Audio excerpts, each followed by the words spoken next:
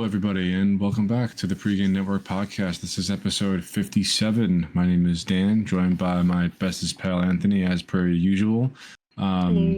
Here to talk about more gaming news and other gaming-related topics of discussion this week. This has been an okay week for me, I think. But I mean, nothing could really get worse than last week after the whole Bungie marathon drama. Actually, you know what? No, I should take that back because there is one. there was something else that happened that I have to update you on. All right. Well, okay. Yeah. We'll get to that. We will get to that first. As usual, we'll talk about what we've been playing this week, and then we'll just move on from there. So, you want to start this time? Sure, makes sense. I'll just go through it real quick because I haven't had a lot of time to just play stuff for me. It's basically like I shouldn't say that. That's not entirely true. Basically, if there are 4 categories to my gaming life, which is, multiplayer shenanigans with you, my brothers or Harrison, the pregame network play stuff with me, Luke, and Harrison, or whoever else shows up, my fighting games and my gacha games.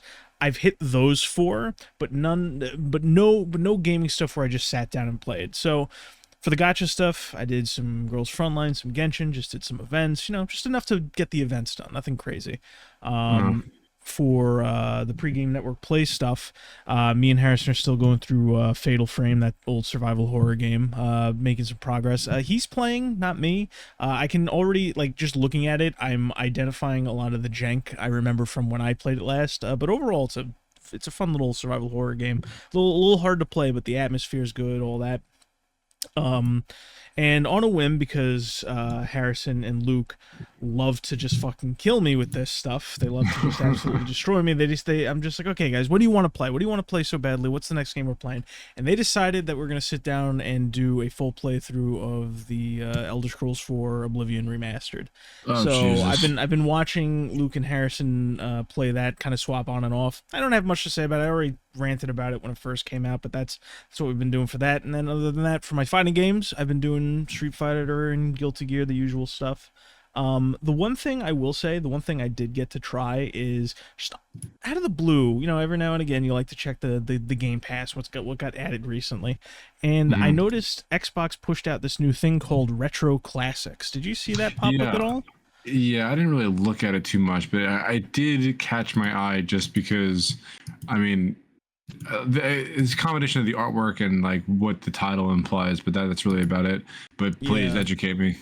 So I managed. So I was looking at it. I wasn't sure what to expect. I assumed they were going to leverage Activision heavily, just because Activision has a very robust back catalog of retro titles that they can pull from, and that's pretty much what it is right now. There's 50 or so games on it. I was most surprised to see, because they have it categorized at the top. It's different consoles like DOS and shit like that. They also have sections for games that released on the Super Nintendo and the PlayStation 1. I was fucking surprised to see that on an Xbox console. Not that it's very robust, obviously. It's still Activision titles. I didn't get a chance to play too much, but the nice thing about those games is when you don't have a whole lot of time, you can just play around with them and still get most of the game's content in. So it was nice to just dick around with some of the older titles, because simple fun. It's like a mobile game. You dick around on a mobile game. Yeah. But that was the extent of my my expeditioning, I should say, with the gaming this week. Okay. As far as I go, nothing too out of the ordinary for me. Been putting a lot more time into Helldivers lately, just because the new update that they put out, and the weapon balancing changes, and the fact that I can now I have a purpose to spend these requisition credits that I've been burning a hole in my pocket for the past however many months this game has been out.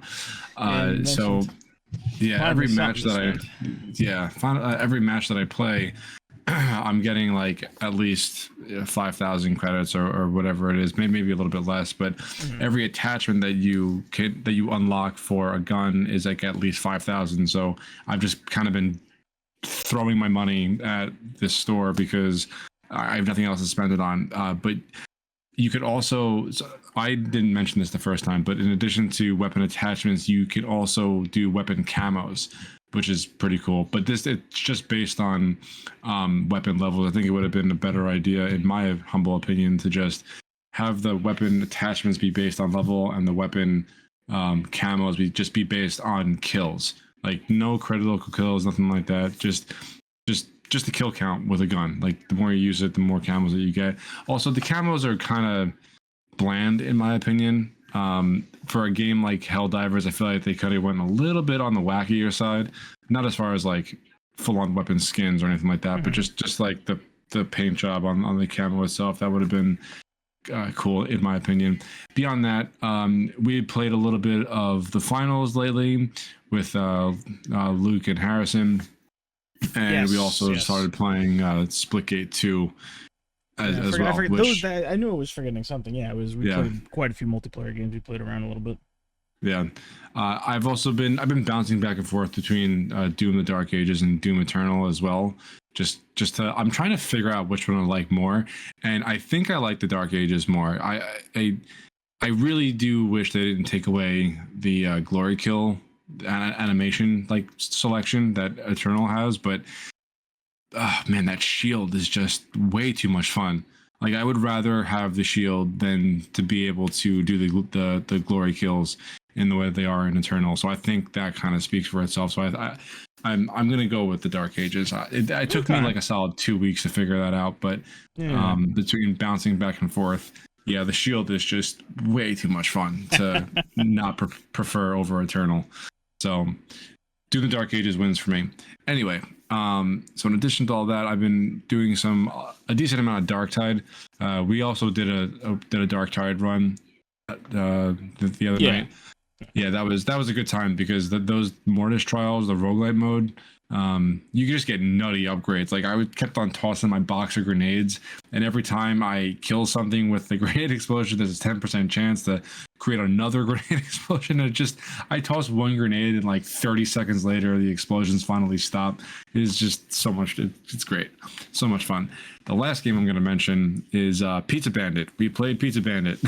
Yes, Pizza Bandit. I had to rack my brain for a second there. I'm just like, oh yeah, Pizza Bandit, that game. That was a trip. I think we played it for what, 15 minutes? Maybe that's why it just didn't stick out to me. Actually, let's see. We played it for an hour. Well, that's my playtime at least.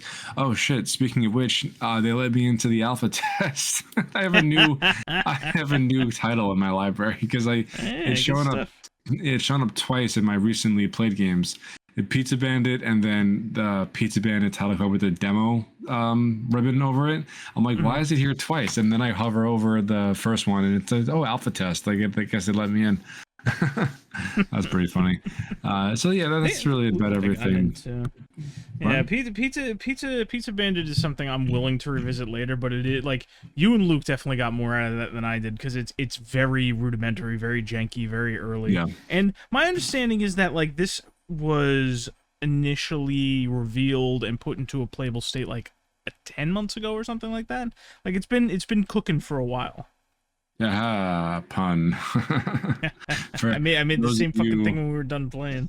God, for those of you who don't know, Pizza Bandit is like a weird mashup between Gears of War and Overcooked, and it works surprisingly well, minus the jank and everything. All right, well, with that out of the way, we can move on to the news proper. Do you want to go first, or do you have a lot of stuff to talk about this week? What's the deal? I think we have a pretty even amount. I guess I'll get my boring shit out of the way because everybody loves my shit. I think I touched on this a little bit before, but we officially got confirmation not too long ago that Mortal Kombat 1 is officially ending its support. It won't be receiving any new content. Okay. And the reason I highlight that, aside from the fact that I kind of touched on it at some point, is the fact that it's kind of, whenever something like this happens, whenever a game kind of hits EOL or people are kind of like at the reflection period for a fighting game, it's when people start being honest about it. Because the thing about the fighting game community and fighting game, the scene, the genre, and the people around it is that it's very, I guess, hugboxy is the best way to put it. What's hugboxy? Where it's just like, there's nothing wrong can happen here. Everybody's all buddy buddy. Nothing can go wrong with the games. Everything's Oh, perfect, or it will be perfect eventually. Might be the wrong full term for it. But basically, now that it's ended, people are kind of reflecting on the flaws that it had, because nobody was willing to talk about it before. And the thing about Mortal Kombat is it is probably I guess it's probably the best selling mainstream series of the fighting okay. games, because I mentioned at one point that it's like Dragon Ball had like the casual audience, and Soul Calibur had the casual audience beforehand, and nobody's been really catering to the casual audience, so it's up in the air, and Mortal Kombat just kind of defaults because of its long legacy in the United States. Hmm. And over time, even the casuals have kind of stopped buying Mortal Kombat. I think Mortal Kombat 10 sold something ridiculous like 10 million copies, something really ridiculous. And then Mortal Kombat 11 sold similarly, just a little less. And I think Mortal Kombat 1 is like less than 4 million, which sounds like a lot, but I'm talking like lifetime sales for a Okay. series that, used to sell way more. And I think Mortal Kombat's slowing sales and the fact that NetherRealm Studios and Warner Brothers kind of pulled the plug on it. There'll be arguments to the end of time as to who's more responsible for that. I think the fighting game bubble is getting close to bursting, because right now I think the talk that is that everybody's having now is like, oh, we can't just keep updating the games. We gotta like let them sit, let franchises rest and shit like that.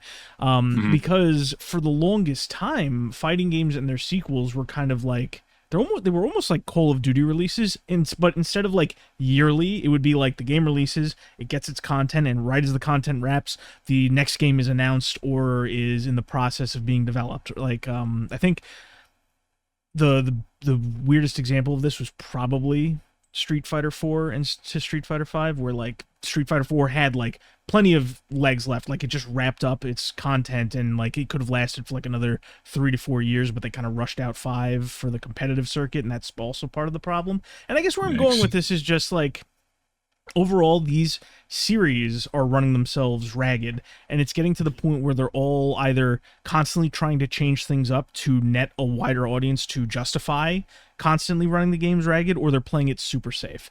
Mortal Kombat is just running out of steam. Tekken is in a bad spot. Street Fighter's not going anywhere because it leads the genre, and it also plays it very safe. Like I mentioned at one point, only one major update a year. But basically, with Mortal Kombat no longer getting support and no like third Injustice game on the horizon, everybody's kind of wondering what NetherRealm Studios is going to do next, because they're especially ever since Warner Brothers Publishing did their whole shift to Hmm. where they only have like the 4 pillar games now, where it was like Harry Potter, Batman, Mortal Kombat, and Game of Thrones, I think it was.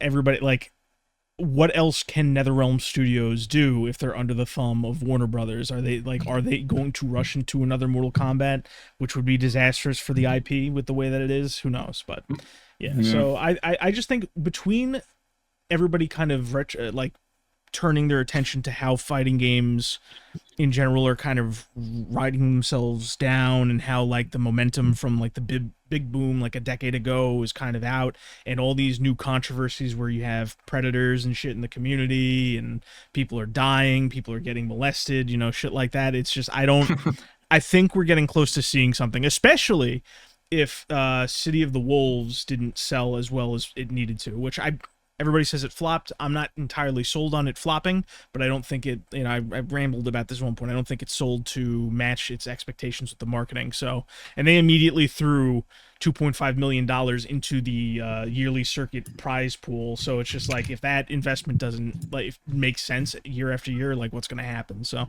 we'll see what happens. But we're currently in the reflection period for the fighting game community, where it's okay to call certain things not as great, so we'll see what happens if they learn anything this time around or not. All right. Well, good luck. Yeah, good luck. um, so I'm gonna just touch on something small that I've come across in my travels. Actually, like just happened over the past couple days.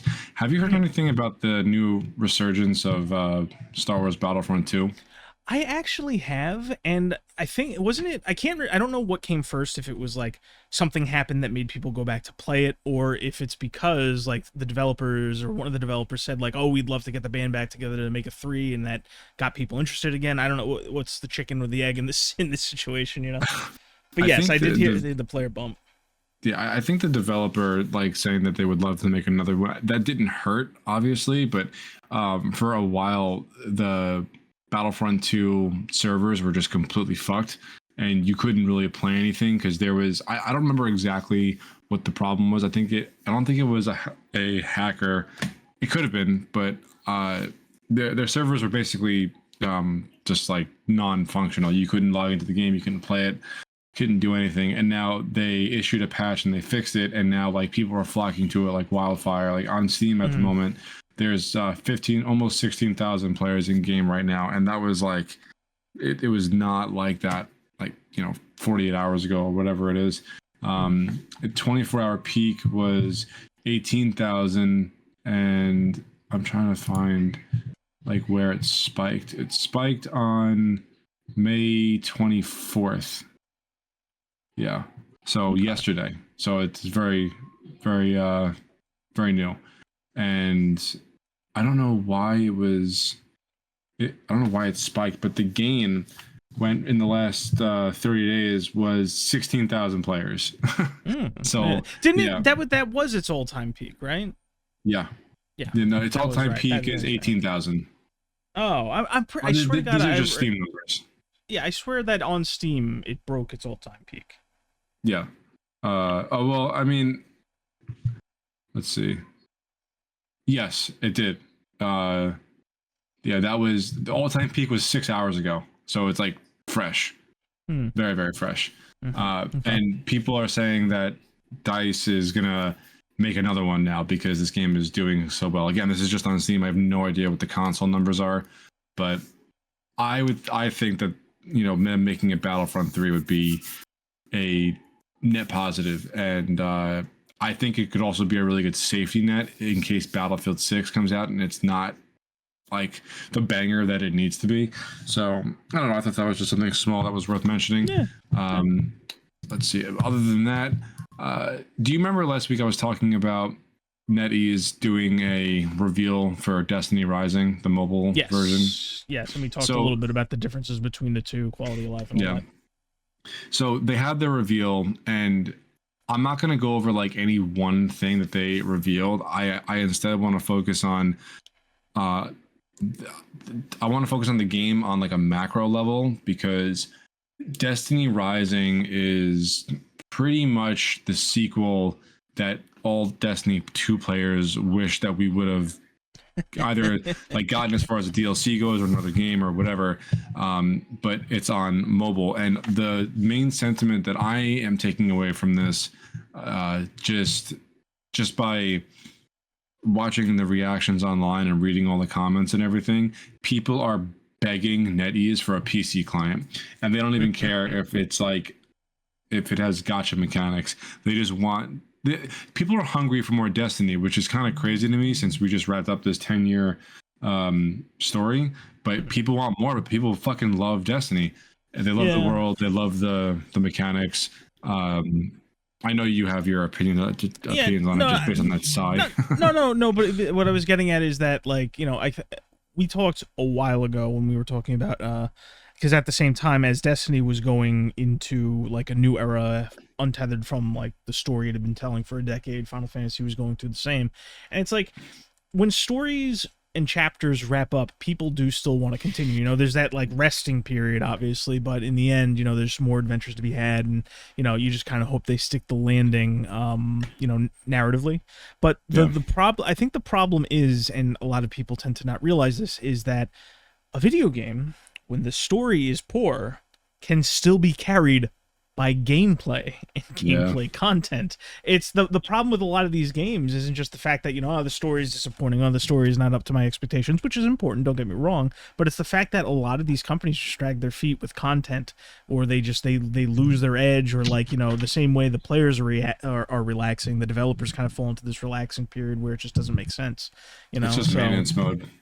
Yeah, the main yeah, the worst thing you could do is put yourself in a position where it feels like maintenance mode when it really isn't supposed to be, you know. Yeah. The only other comment I really have about Destiny is that I heard a couple interesting things came out aside from all the other things that Bungie found themselves in recently. I hear Go on. that I hear that they desperately wanted to move Destiny to a subscription-based model, and that they wanted to shut down free cosmetics at a certain point. I don't know if you heard anything Yeah, about that. apparently, yeah. So senior leadership wanted to do some sort of a subscription-based model, and the entirety of Bungie staff that was working on Destiny at the time were in vehement disagreement with this, and actually got them to withdraw that suggestion, I guess you would call it. So that is the only reason why it didn't come to fruition. Mm-hmm. Yeah, Yeah. it's just, I mean, I don't like. I wouldn't even hate the idea of a subscription to Destiny. I would just, it would need to be the right price, obviously. I didn't need to know what I would get with it. So I mean, I don't really have an opinion on it because we're never going to know what the deal with that, what it would have been anyway. But Mm-hmm. I am not immediately turned off by that idea because I still on occasion, at this point, rare occasion, go back to Destiny just to see what's new, and like depending on the story content, I'll play through like the main story missions week to week. But the group that I play with pretty much completely disbanded, which is kind of sad. But I mean, you know, it is what it is. I had a good run when it was going on. I heard you, Luke, and you and Luke talking about that, and you basically like just came to the conclusion it's like impossible to play, and looking for group is fucking miserable. Yeah, I mean, you could do it, but like you have to be really committed. Like it takes conviction on your part to make that work. I had a similar complaint with Final Fantasy 14, right? Because I could never get I wanted to do some of the end game content, like the extremes and stuff like that, and I could never get a group together because Harrison never made it to that higher level.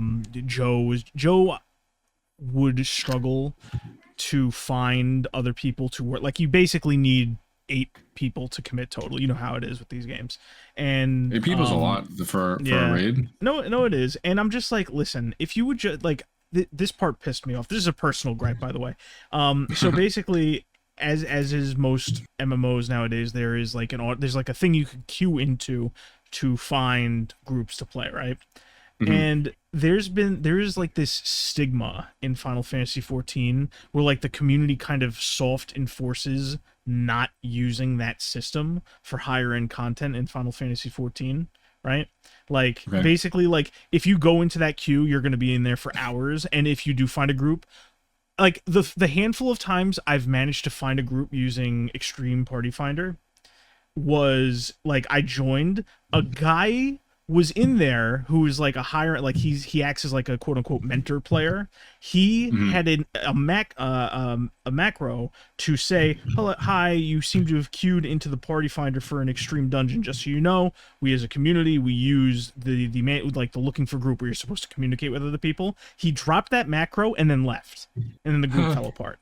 And I'm just like, that is the stupidest shit. I would love it if they just tomorrow, if they curbed the entire like manual system where you're supposed to go and look for people and left it only as random. If I don't care if you think it's stupid for me to do it. If I want to sit there and drag my face across fucking concrete for like a month and a half trying to get this done, that's my goddamn right. To quote what all the people say whenever this kind of conversation comes up, you don't pay my sub, motherfucker. Get the hell out of my way and let me do what I want to do. But yeah, I sympathize with your plight in not having a group to do some of the content, because I missed out on a decent chunk of content for not having and ironically the clan, I mean it's tough, especially in those types of games. Ironically, the clan that I was playing with like religiously, I found off of an LFG. Like I was looking I was looking for people to play the new raid with at the time, and I found these guys, and like we went through the raid. It actually went like really smoothly, and they asked if like I played with anybody. I'm like, no, not really. I just kind of use the LFG system. and then they sent me a clan invite, and then that was it. So I got really lucky with finding a group of people who were as serious about the game as I was and knew enough about it just as I did to to play with regularly. So that was an anomaly, I think. But usually LFGing for anything, especially a mechanic heavy activity like a raid in Destiny, is just straight painful. And you really need to be determined to get that activity done, and you need to have the time to do it, because it's not going to be a quick thing. It never is. So another thing, the last thing I'll say about Destiny Rising, that my biggest takeaway from like a content perspective is they have this exotic that they're adding to the game that is a dual wielding pistol combo. And I'm just like fucking shocked that Destiny 2 proper has never added anything like that. Like, they've added some wacky weapon archetypes, never anything having to do with dual wielding. And I'm just like, what? Like, I feel like that would have been a shoo-in, but nope, here we are. So, all right, well, I'm going to stick with the through line theme of Bungie, because some more stuff has come out for Bungie / Marathon. Yeah, I mean, it's not nearly as much as what happened last week, but it's still I mean, how do you top that? Really?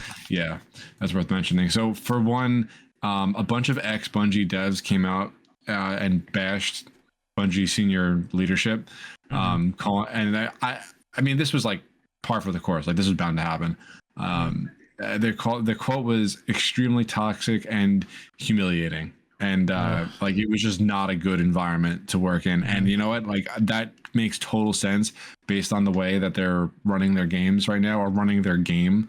And because I don't think Marathon is gonna end up seeing the light of day. On that note, so this just came out yesterday, I believe. Okay. Sony has officially pulled all paid marketing for Marathon. Yes, I heard about that. They have not confirmed a delay or a cancellation as far as I'm aware at this point, but all the paid marketing that Sony was planning on putting into Marathon is no longer there. So like, the next step, the next move, or I guess even question at this point is, like, when is it getting delayed to? Because there's no way it can launch up in September in the state that it's in, or if it's even going to get released. But I don't think Sony is going to let Bungie cancel it. Like, a delay is one thing, but I don't think Sony is going to allow a cancellation with Marathon, just based on the fact that, one, they've already put so much money into it. I know that it doesn't really mean much based on Concord. I am of the opinion that the only thing separating Marathon from Concord at this point is the cancellation. So if Marathon gets released, especially in their current release date being what I think it's September 23rd, or it's sometime in late sometime in late September. If it gets released, then it's going to be not only feature incomplete, but it's probably going to be a complete buggy mess. And I don't think that's going to come as a shock to anybody, but it's not ready whatsoever. They have a lot of work to do. This isn't even like counting scrubbing all the assets of plagiarism.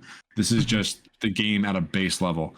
It's nowhere near ready. It doesn't look fun to play. It doesn't look visually appealing. Although, like, the one positive thing that they've had going for it was the art style, just based on the community's overall sentiment. I was never really a fan. I don't think it really looked that great. It looked very low effort as far as like level design goes. Like, everything is very boxy and symmetrical, and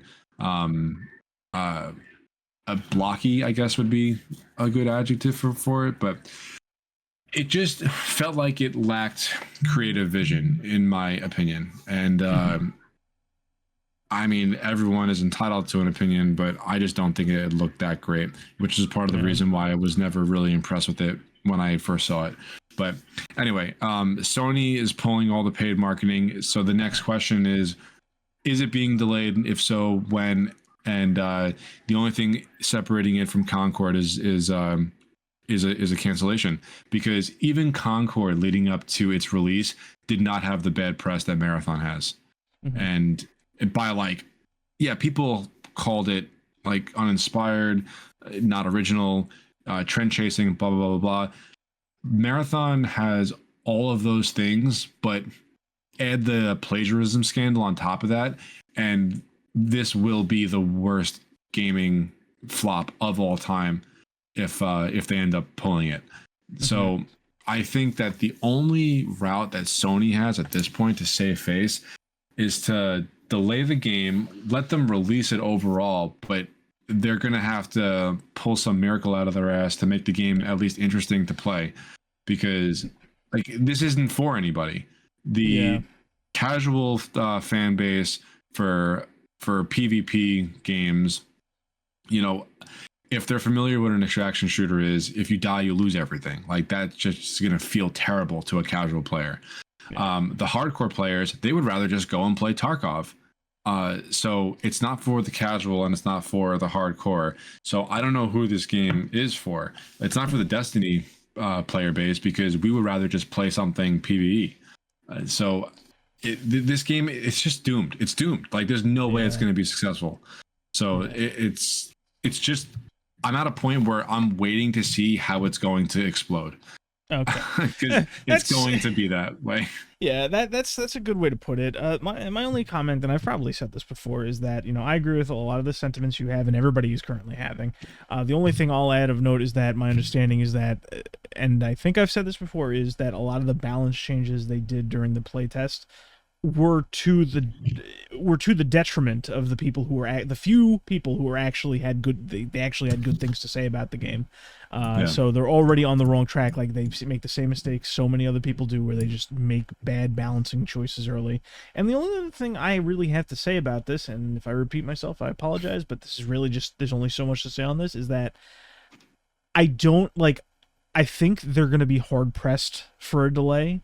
And I don't think there's a possibility of them canceling it. That's not saying what's right or wrong between those options. I just think that the position all the different players are currently that are involved in the development and the release of Marathon, the position they're in is just, like, they can't afford a delay. So if they do delay it, it's going to be a hard fought, you know, like path to that. And I don't think cancellation is an option. And the only other thing to really say is, like, I know people like bringing up the Concord. A lot of people are high on that. I don't think it's going to fail nearly as bad as Concord did. I think it's going to release and what's flop. Your metric?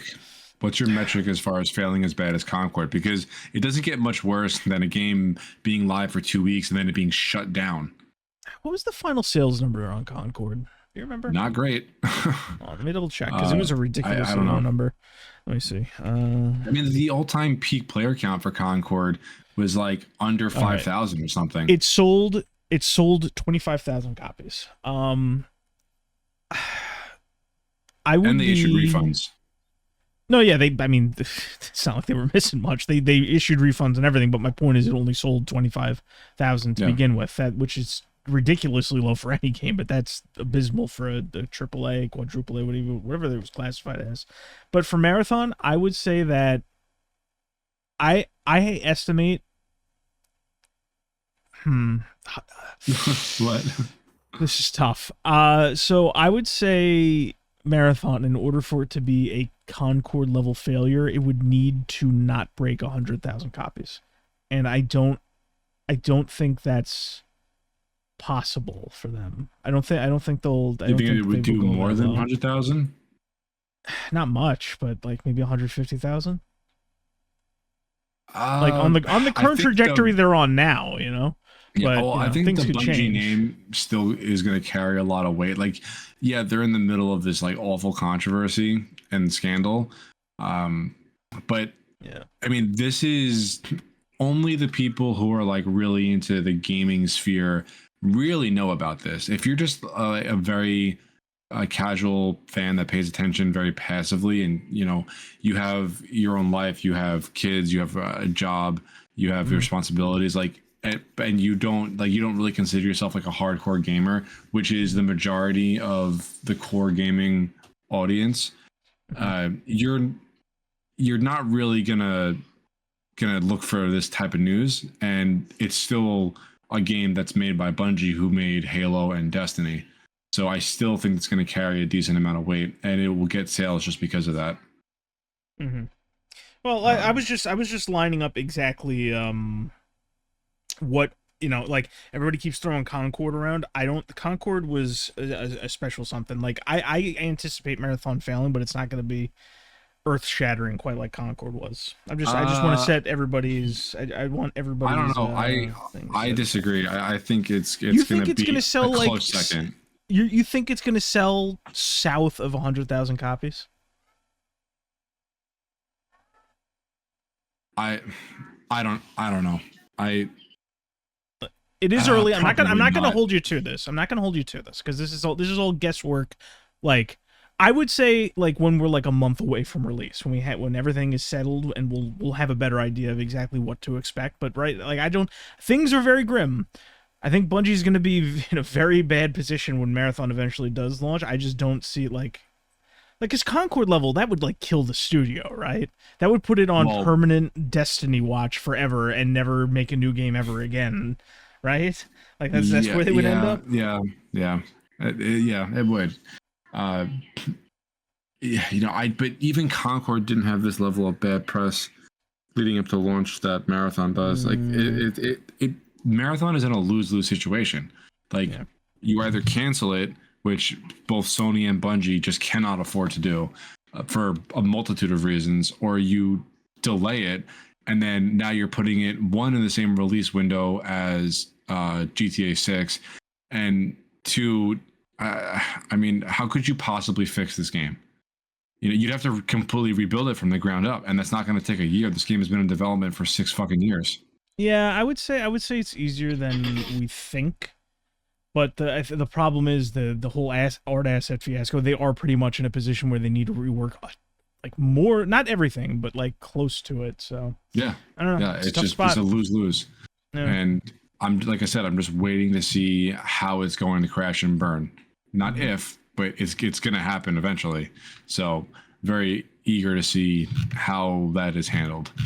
But that's enough fucking Bungie doom and gloom and Marathon talk. I still have, I would say, 2 more things to touch on. So if you have anything else, then I am all ears, friendo.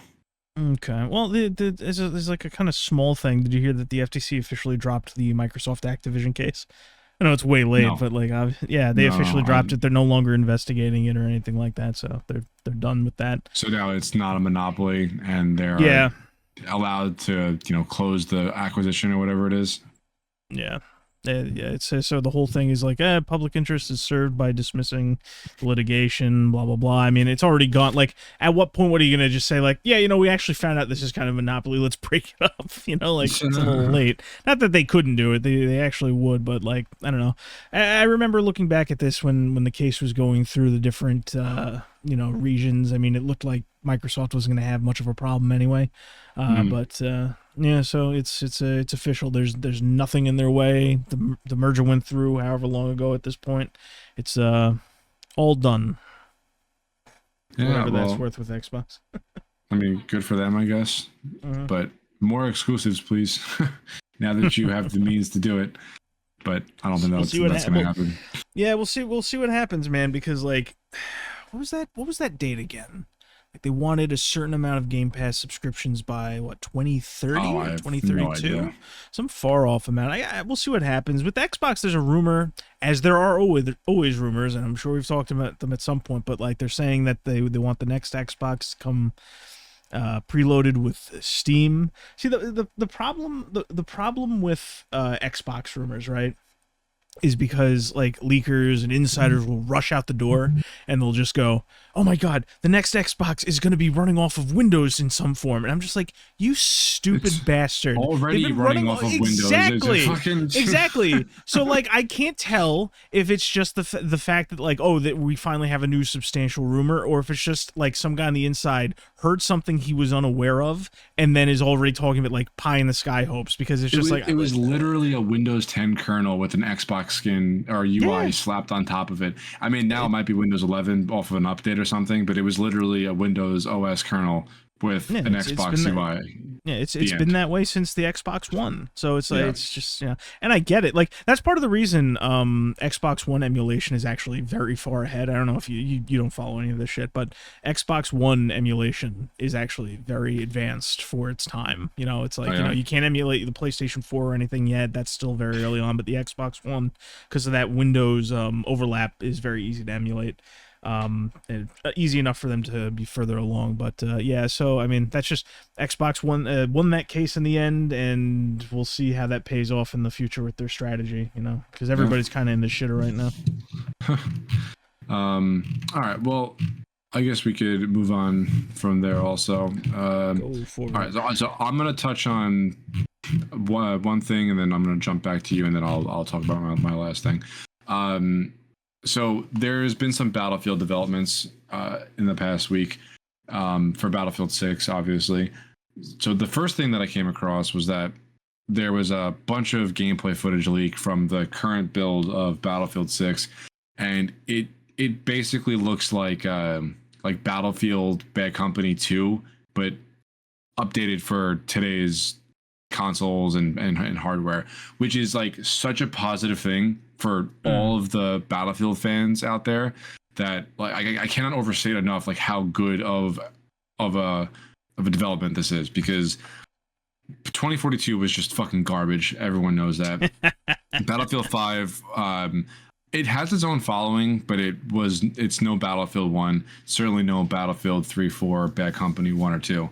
That was just such a phenomenal stretch of FPS games. So Battlefield 6 looks a lot like Battlefield 4/Bad Company 2, and it's like a huge positive thing for the community so far. Now that's the good news. There is some bad news to this. There was DICE put out a blog post to detail the new class system that they're making for Battlefield 6, and it is not great news for Battlefield fans. So fill me in, because I haven't done any read ups on this. So imagine I'm as blind as the audience.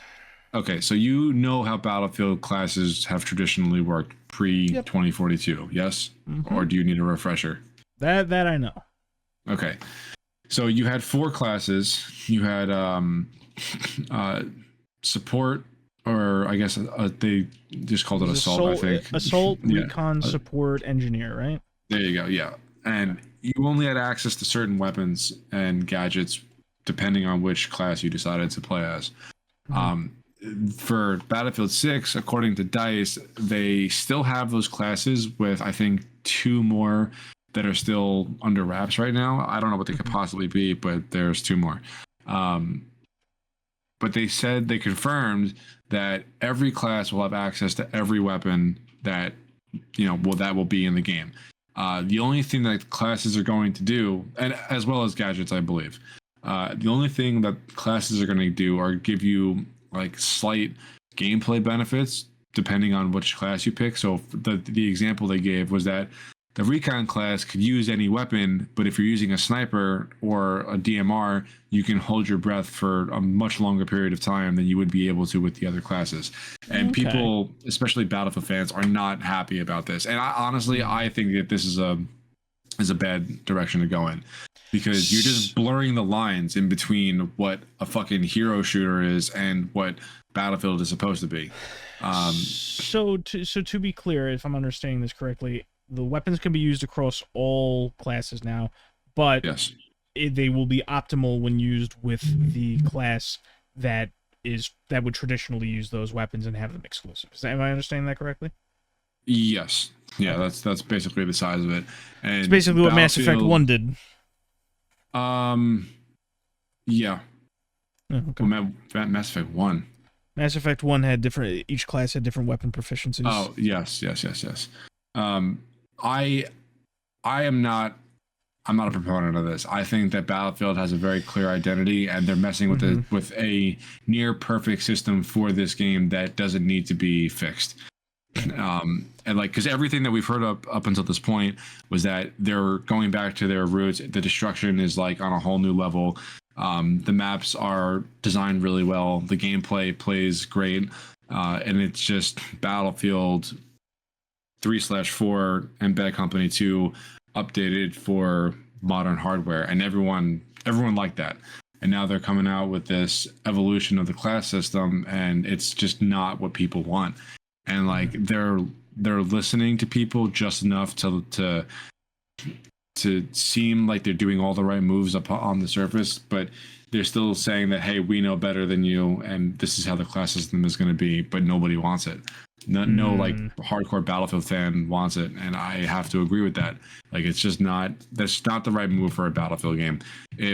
You really should be locked into a certain role depending on what class that you play as, and that's the only real thing that really enforces squad synergy between different players in the game. Like, you have to, if you're going to be the support class, like, it's your responsibility to refill everybody's ammo. If you're going to be the assault class, it's your responsibility to keep everybody topped up on health and revive your teammates when they go down. Like, if you can just use all these gadgets across the different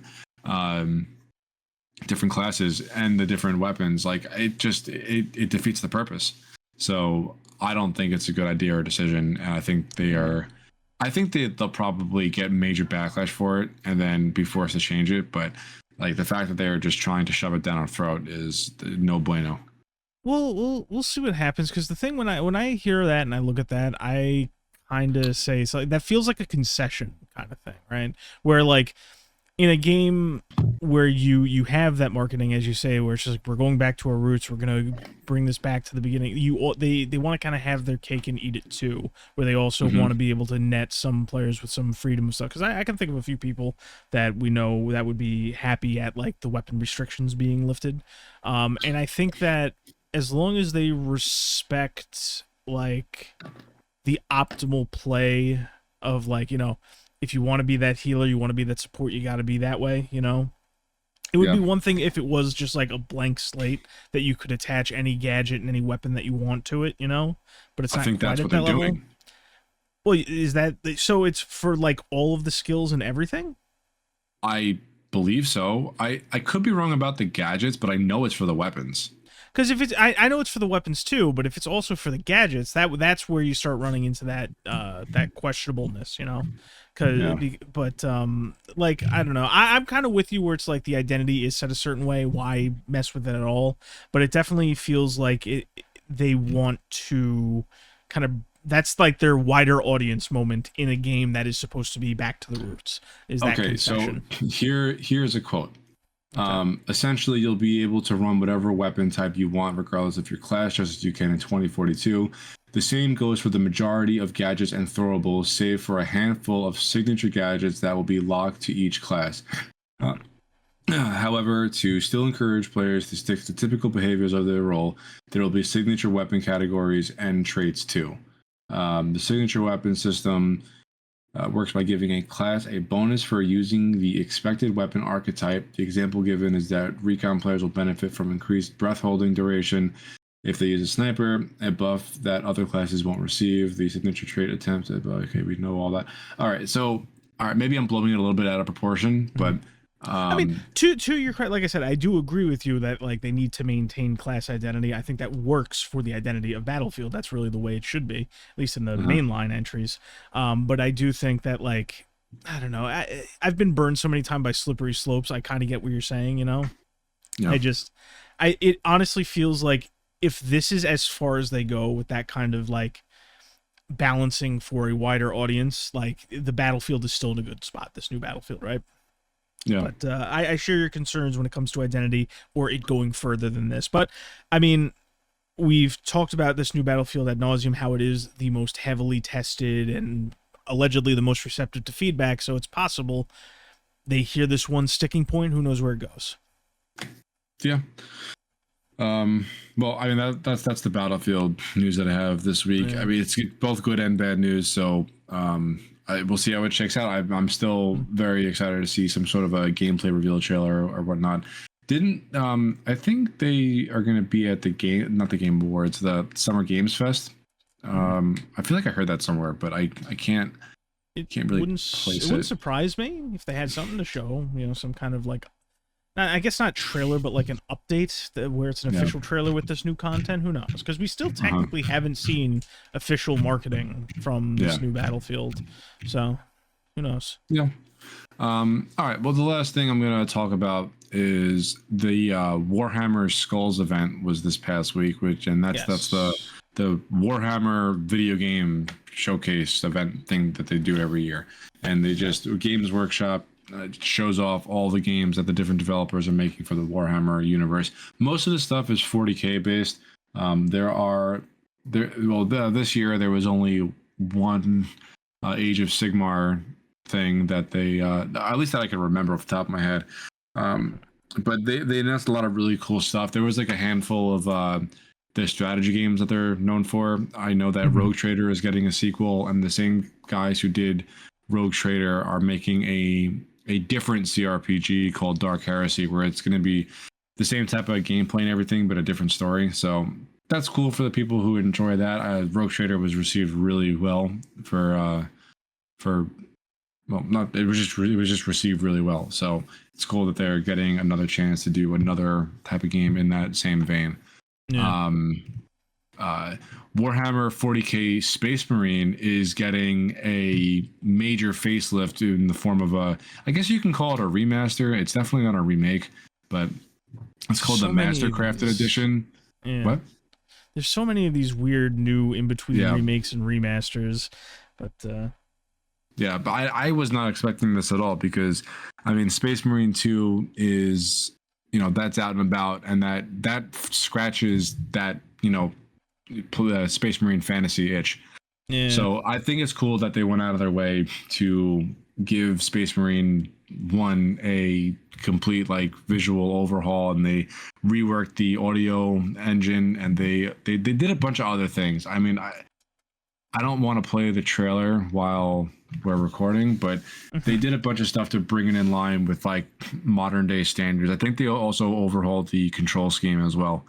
So I just thought that was a cool touch. Like they didn't have to go back and update this game, but they did. It's nice that they like paid it forward a little bit. They went back and tuned this up after the sequel did so successfully. It did so well. Yeah. And so going off of Space Marine, they also announced Siege mode is coming to Space Marine 2 next month, and it's going to be a free update. It's finally the Horde mode that everyone wanted since the game fucking launched. So I'm really excited for that. That's probably is that the number one thing I'm looking forward to? There was something else that like I'm super pumped about as well. But yeah, Space Marine 2 is finally getting its Horde mode, and they announced the trailer. It was only like a minute and a half or something, maybe a little bit less, but it looked like complete chaos, and that's exactly what I want out of this mode. So I'm really excited for that, and it's going to be a free update. So we'll see how that checks out next month. Let's see, Bolt Gun. You remember that game that I used to play? Yes, the boomer shooter. I played a little bit. Yeah, it's getting a sequel, right? Yep, it is getting a sequel. Also, so Bolt Gun is getting a sequel, and it also got a free DLC that launched yesterday or 2 days ago called Words of Vengeance, and it's one of those typing games where you have to type the word above an enemy sprite, and then depending on how accurate you are, that determines how much damage you deal. And it's still in first person. I just think it was like unnecessary, but cool nonetheless, and it was free. They just added it. So that was neat.